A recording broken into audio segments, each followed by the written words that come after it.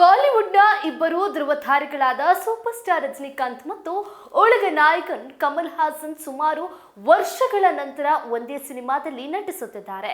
ಈ ಐತಿಹಾಸಿಕ ಸಿನಿಮಾಗೆ ತ್ರಿಷಾ ಕೃಷ್ಣನ್ ನಾಯಕಿಯಾಗಿ ಆಯ್ಕೆಯಾಗಿದ್ದಾರೆ ಅನ್ನೋ ಸುದ್ದಿ ಸದ್ಯ ಕಾಲಿವುಡ್ನಲ್ಲಿ ಸಂಚಲನ ಮೂಡಿಸಿದೆ. ಭಾರತೀಯ ಚಿತ್ರರಂಗದ ಇಬ್ಬರು ದೈತ್ಯ ಪ್ರತಿಭೆಗಳಾದ ಸೂಪರ್ ಸ್ಟಾರ್ ರಜನಿಕಾಂತ್ ಮತ್ತು ಕಮಲ್ ಹಾಸನ್ ಅವರು ಹಲವು ದಶಕಗಳ ನಂತರ ಬೆಳ್ಳಿತೆರೆಯ ಮೇಲೆ ಒಂದಾಗ್ತಾ ಇದ್ದಾರೆ. ಈ ಐತಿಹಾಸಿಕ ಕ್ಷಣಕ್ಕೆ ಸಾಕ್ಷಿಯಾಗಲಿರುವ ಸಿನಿಮಾದ ಕುರಿತು ದಿನಕ್ಕೊಂದು ಹೊಸ ಅಪ್ಡೇಟ್ಗಳು ಹೊರಬರ್ತಾ ಇದೆ. ಇದೀಗ ಸಿನಿಮಾದ ನಾಯಕಿಯ ಆಯ್ಕೆಯ ವಿಷಯ ಸಿನಿಮಾ ರಂಗದಲ್ಲಿ ಭಾರಿ ಚರ್ಚೆಗೆ ಕಾರಣ ಆಗಿದೆ.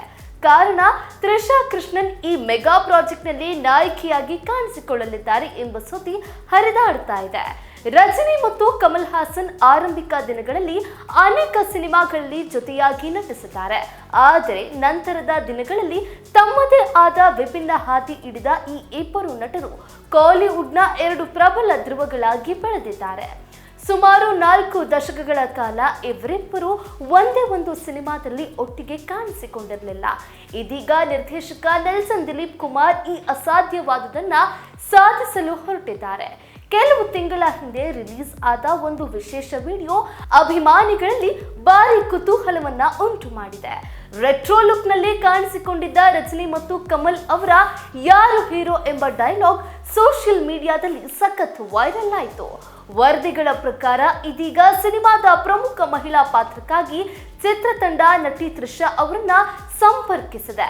ಕಳೆದ 22 ವರ್ಷಗಳಿಂದ ಚಿತ್ರರಂಗದಲ್ಲಿ ಸಕ್ರಿಯರಾಗಿರುವ ತ್ರಿಷಾ ಎಂದಿಗೂ ಬೇಡಿಕೆಯ ನಟಿಯಾಗಿ ಮುಂದುವರೆದಿದ್ದಾರೆ. ರಜನಿಕಾಂತ್ ಅವರೊಂದಿಗೆ ಪೇಟ ಸಿನಿಮಾದಲ್ಲಿ ನಟಿಸಿದ ತ್ರಿಷಾ ಕಮಲ್ ಹಾಸನ್ ಅವರೊಂದಿಗೆ ಮನ್ಮಥನ್ ಅಂಬು ಮತ್ತು ತುಂಗಾವನಂ ನಂತಹ ಸಿನಿಮಾಗಳಲ್ಲಿ ಕೆಲಸ ಮಾಡಿದ್ದಾರೆ.